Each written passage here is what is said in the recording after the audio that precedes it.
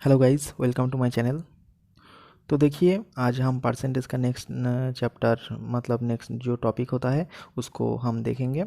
तो आज हम सक्सेसिव परसेंटेज पढ़ेंगे, ठीक है। सक्सेसिव का मतलब आप इफेक्टिव भी बोल सकते हैं। सक्सेसिव का मतलब होता है कॉन्सिक्यूटिवली 2 बार, मतलब कि अगर कोई परसेंटेज कॉन्सिक्यूटिवली 2 बार बढ़ेगा या घटेगा तो क्या होगा, नेट इफेक्टिव क्या होगा उसको हम देखेंगे, ठीक है। मान लीजिए आपके पास एक नंबर है 100, या आपके पास एक नंबर है, इसको आप 2 बार 10% करके आप बढ़ाएंगे, ठीक है। 10% आप 2 बार बढ़ाएंगे तो इसके नेट इफेक्टिव मतलब नेट इफेक्टिव परसेंटेज क्या होगा, एंड 100% का 2 बार नेट इफेक्टिव निकाल के क्या होगा ये हम निकालेंगे। तो 10% 2 बार हो गया। तो हम बेसिक से देखते हैं कैसे करते हैं। तो 100% का अगर 10% आप निकालेंगे, 100% या 10% क्या होता है, 10 होता है। तो 10 आप ऐड कर देंगे, यहाँ पे 110 हो गया, ठीक है। इस पे आप देखिए 110 का भी फिर से 10% आप करेंगे तो 110 का फिर से 10% क्या होगा, 11 होगा। ये भी ऐड कर देंगे तो 121 हो गया, ठीक है। तो अगर आप 100 को 2 बार आप 10% करके अगर आप बढ़ाएंगे तो इंक्रीज करेंगे तो 121 आएगा। ये तो आपका बेसिक, एकदम बेसिक से हो गया। तो यहाँ पे आप समझ रहे हैं ना, 100 को पहले तो 100 का 10% निकाला। 100 का 10% क्या होता है, 10% मतलब 10/100 होता है। तो 100 काट जाएगा, 10 होगा। तो ये 10 आपका यहाँ पर ऐड हो गया। फिर से यहाँ पर आपको आपका वो 110 का 10% हो गया। 110 का 10% कैसे होता है, ऐसे होता है, ये 0 0 काट जाता है और यहाँ पे 11 आ जाता है। ये 11 यहाँ पर ऐड हो गया। तो ऐसे करके 100 से 121 आ गया, ओके। अब देखिए 2 नंबर पर आपका ये भी हो डिक्रीज भी हो सकता है। अगर मान लीजिए 100 एक नंबर है, इसका आप 10% करके घटाएंगे। तो 10% करके घटाने के बाद क्या आएगा, 10% घटाएंगे, ओके। तो 10% घटाने के बाद क्या आएगा, देखिए 100 का 10% क्या होता है, अभी हमने निकाला है 10 होता है।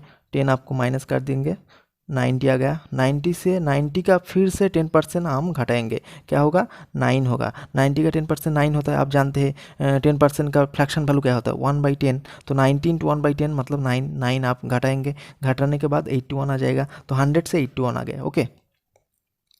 अब देखिए ये आपका हो गया, आप बेसिक से ये आपका बेसिक हो गया। अब इसका एक फार्मूला है, एक्चुअली इसका दो तीन स्टेप से आप जा सकते हैं। एक तो आपका रेशियो हो गया, एक आपका फार्मूला होता है x plus Y plus X Y by 100, एक आपका फार्मूला हो गया। और एक ये आपका बेसिक हो गया, ठीक है। चलिए फार्मूला देखते हैं। फार्मूला में क्या बोलते हैं, मान लीजिए x% एक परसेंटेज होता है, y% एक परसेंटेज होता है।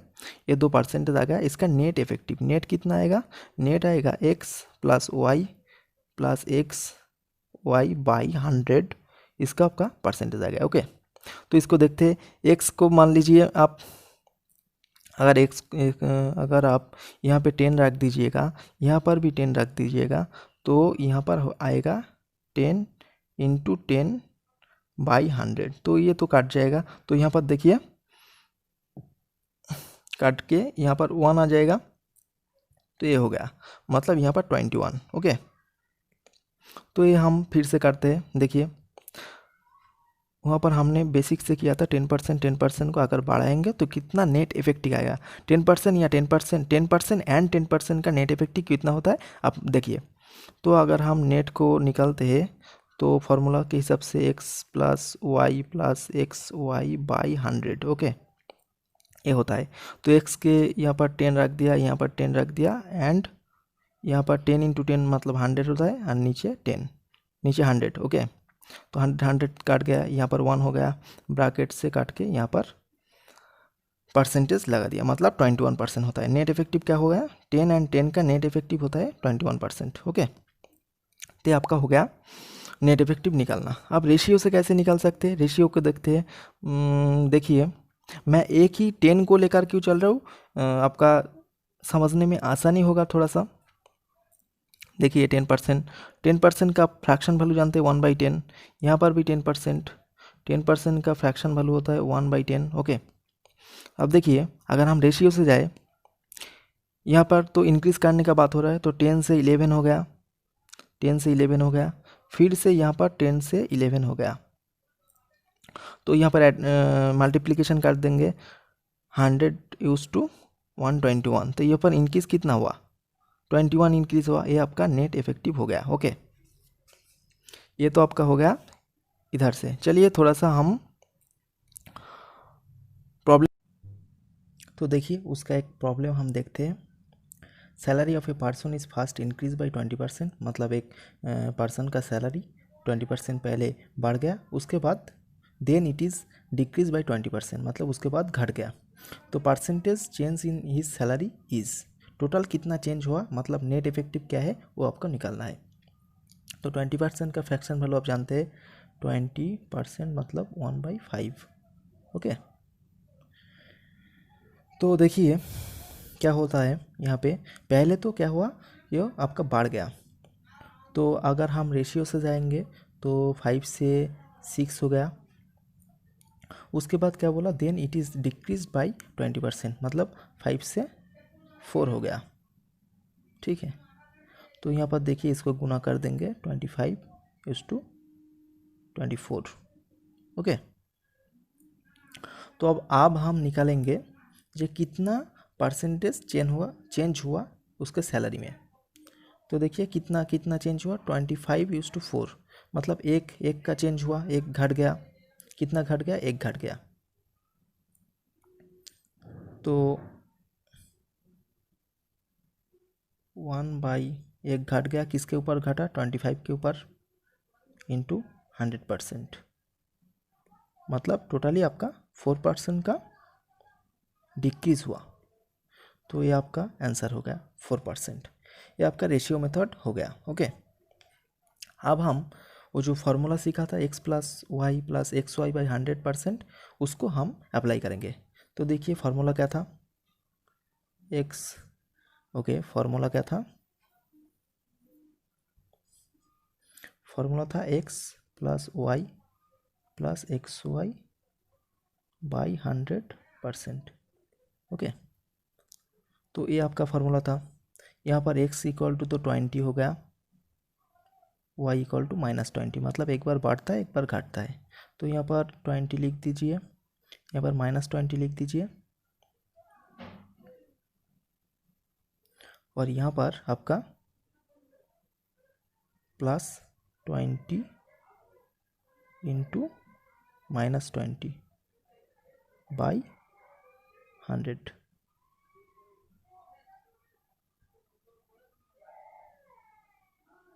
बाई 100, ये टोटल का आपका परसेंटेज हो गया। परसेंटेज जरूर देना है क्योंकि परसेंटेज में चेंज हो रहा है। ठीक है, ये तो 20 काट गया आपका, और यहाँ पर देखिए ये 0 से 0 कट गया, 0 से 0 कट गया, मतलब यहाँ पर -4% आ गया। इस माइनस का मतलब होता है आपका डिक्रीज, इस माइनस का मतलब होता है डिक्रीज। ओके, तो 4% डिक्रीज़ हो गया, वहाँ पर भी हमने देखा था 4% डिक्रीज़ हो गया। तो ऐसे आप निकालेंगे, ऐसे टाइप का जो प्रॉब्लम होता है ऐसे आप निकालेंगे। मेरा सजेशन ये है कि आप इस टाइप का जो कॉन्जिक्यूटिव जो बढ़ता है या घटता है, जो सैलरी वगैरह या और कुछ वगैरह जो प्रॉब्लम में होता है, वो आप फार्मूला से निकालें। ओके, तो ये हो गया। नेक्स्ट हम एक थ्योरी पढ़ेंगे, उसके बाद और 1-2 क्वेश्चन करेंगे। तो एक थ्योरी होता है, थ्योरी का मतलब है थ्योरी तो नहीं है, छोटी सी एक बात है। देखिए A × B = C होता है, =C होता है। तो सिंपल सी बात है, 2 मल्टीप्लिकेशन में है, उसका ये रिजल्ट है। तो यहाँ पर मान लीजिए इसको हम अनचेंज्ड रहे लिख देते हैं, अनचेंज्ड, मतलब ये चेंज नहीं होगा। तो अगर ये चेंज नहीं होगा तो ये बढ़ेगा, तो ये घटेगा। ओके, तो इसको एक एग्जांपल देते हैं, नहीं तो आप नहीं समझ पाएंगे। जो लोग थोड़ा थोड़ा जानेंगे इस बारे में तो वो लोग समझ पाएंगे। मान लीजिए यहाँ पर आपका वैल्यू है 10, तो इसको 5 × 10 लिख सकते हैं। तो मान लीजिए 5 के जगह पे अगर हम 4 लिख देते हैं और यहाँ पर 2 के 5 से हमने घटा लिया, तो 2 से तो थोड़ा सा बढ़ा लेंगे तभी तो 10 होगा ना। तो मतलब 2 से बढ़ाने के क्या बढ़ाएंगे 2.5 बढ़ाएंगे तभी 10 होगा। मतलब कि ये अगर अनचेंज रहे तो अगर ये इसको अपने घटा लिया तो इसको बढ़ाना पड़ेगा। समझ गए ना। तो इसको एक प्रॉब्लम से समझते हैं तो अच्छे से समझ पाएंगे। नॉर्मल से एक इक्वेशन होता है expenditure equal to price into consumption. समझ पाएंगे ना। एक्सपेंडिचर का मतलब आप जानते हैं ना, मतलब एक फैमिली में मतलब मान लीजिए शुगर का एक्सपेंडिचर मतलब कितना केजी शुगर आपका शुगर के पर्पस से कितने केजी का पर्पस से आपका कितना खर्च होता है। एक्सपेंडिचर मतलब टोटल कितना खर्च होता है। ये आपका शुगर का प्राइस हो गया पर केजी प्राइस, और ये आपका कंजम्पशन हो गया। कंजम्पशन मतलब कितना केजी शुगर आपका फैमिली में ज़रूरत है, ये आपका रिक्वायर्ड है। ओके, तो मान लीजिए शुगर का प्राइस थोड़ा सा बढ़ गया, तो बढ़ गया 3 केस यहाँ पे हो सकता है। शुगर का प्राइस बढ़ गया, अगर आप कंजम्पशन सेम रखेंगे तो कंजम्पशन अगर आप सेम रखेंगे तो एक्सपेंडिचर भी बढ़ाना पड़ेगा क्योंकि प्राइस बढ़ गया। मान लीजिए आप 2 केजी शुगर रोज़ खरीदते थे, तो यहाँ पर प्राइस बढ़ गया तो एक्सपेंडिचर भी माने टोटल आपका खर्चा भी बढ़ाना पड़ेगा। ये एक केस हो गया। सेकंड केस, आप एक्सपेंडिचर को सेम रखेंगे मतलब आप आपका टोटल जो खर्चा है उसको नहीं बढ़ाएंगे। मतलब तो प्राइस अगर बढ़ जाएगा तो कंजम्पशन तो घटाना पड़ेगा। मतलब मान लीजिए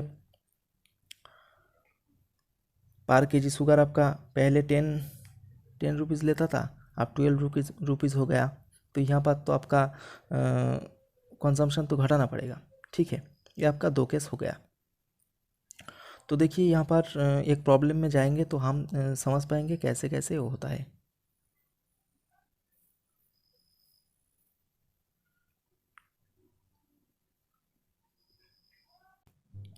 ये आपका प्रॉब्लम आ गया। Price of sugar rises by 20%, by how much percent should the consumption of sugar be reduced so that the percentage does not change। तो 20% का फ्रैक्शन वैल्यू आप जानते हैं। ठीक है, इसको पहले हम समझते हैं, उसके बाद हम सॉल्व करेंगे। तो प्राइस का शुगर 20% बढ़ गया, आप इसका कंजम्पशन कितना घटाना पड़ेगा जैसे उससे कि आपका एक्सपेंडिचर आपका सेम रहे। तो देखिए expenditure equal to price into consumption, ये हमने पढ़ा था। तो प्राइस आपका बढ़ गया, एक्सपेंडिचर आपका सेम है, तो इसको तो घटाना पड़ेगा। ओके, तो देखिए यहाँ पर हमने देखते हैं 20% का फ्रैक्शन वैल्यू कितना होता है। आप जानते हैं 20% का फ्रैक्शन वैल्यू होता है 1/5। तो प्राइस का शुगर का प्राइस आपका बढ़ गया है 5 to 6 हो गया। ओके, 5 to आपका 6 हो गया, ये आपका प्राइस रहा। अब कंजम्पशन तो घटाना पड़ेगा। कंजम्पशन कैसे घटेगा, कंजम्पशन ठीक इसका उल्टा होगा, उल्टा रेशियो पे होगा 6 to 5। अब कैसे घटाएंगे, 6 से 5 घटाएंगे तो कितना घटा, 1 घटा। किसके ऊपर घटा, 6 के ऊपर घटा इंटू 100। तो 1/6 इंटू 100%, ये आपको जानते हैं 16 2/3% होता है। ये आपका हो गया। ओके, तो ये आपका सिंपल रेशियो से था। देखिए ये आपका नेक्स्ट प्रॉब्लम हो गया। If A number is increase by 20% and the resulting number is again increase by 20%, what percent is the total increase. तो ये तो आप फार्मूला से निकाल सकते हैं, 20 + 20 + 20 इंटू 20/100%। ओके, तो ये आप काट दीजिएगा। यहाँ पर तो 2 इंटू 2 4 हो गया, और यहाँ पर 20 + 20 + 4 मतलब 44% इफेक्टिव चेंज या नेट चेंज आ गया। ये आपका आंसर हो गया। सिंपल सा एक क्वेश्चन था। इसके बाद देखते हैं, देखिए if A price of sugar is increase by 16 2/3% and the consumption of family is decrease by 20%, find the change in his expenditure. तो शुगर का प्राइस बढ़ गया है, कंजम्पशन घट गया है, तो एक्सपेंडिचर में जो इफेक्टिव जो चेंज होगा उसको हम निकालेंगे। तो मैंने तो बोला था इसका जो रिलेशन था price into consumption equal to expenditure, ये आपको बोला था। अब देखिए 16/3% क्या होता है, 1/6 होता है। यहाँ पर तो बोला है शुगर का प्राइस बढ़ गया है, तो मतलब 1/6, तो 6 के साथ 1 ऐड हो जाएगा, सिंपल सी बात है। यहाँ पर कंजम्पशन ऑफ फैमिली डिक्रीज हो गया है 20%, तो 20% तो 1/5 ये आप जानते हैं। अब देखिए शुगर का जो प्राइस था ओरिजिनल प्राइस 6 था, ये आपका पता चल गया, ये आपका ओरिजिनल प्राइस 6 था। 6 से न्यू प्राइस क्या हो गया, 7 हो गया। क्यों 7 हुआ, एक ऐड हो गया, ये आपका 1 था ऐड हो गया। अब कंजम्पशन तो 5 था, ओरिजिनल कंजम्पशन आपका 5 था, एक घट गया 4 हो गया। ओके, तब देखिए 6 × 5 = 30, ये आपका एक्सपेंडिचर हो गया। ये देख सकते हैं 6 × 5, क्योंकि इसके अंतर जो रिलेशन है वो मल्टीप्लिकेशन है, तो 6 × 5 = 30 और 7 × 4 = 28। ओके, तो यहाँ पर देखिए एक्सपेंडिचर कितना घट गया, 2 घट गया, 2 घट गया। यहाँ पर देखिए 2 घट गया, 2 किसके ऊपर घटा, 30 के ऊपर घटा, इंटू 100। तो यहाँ पर देख सकते हैं 2 से आप 30 काट देंगे तो यहाँ पर आपका 15 आ जाएगा, और 1/15 इंटू 100 का मतलब होता है, ये होता है 2/3%। ये आपका सिंपल सा एक प्रॉब्लम हो गया।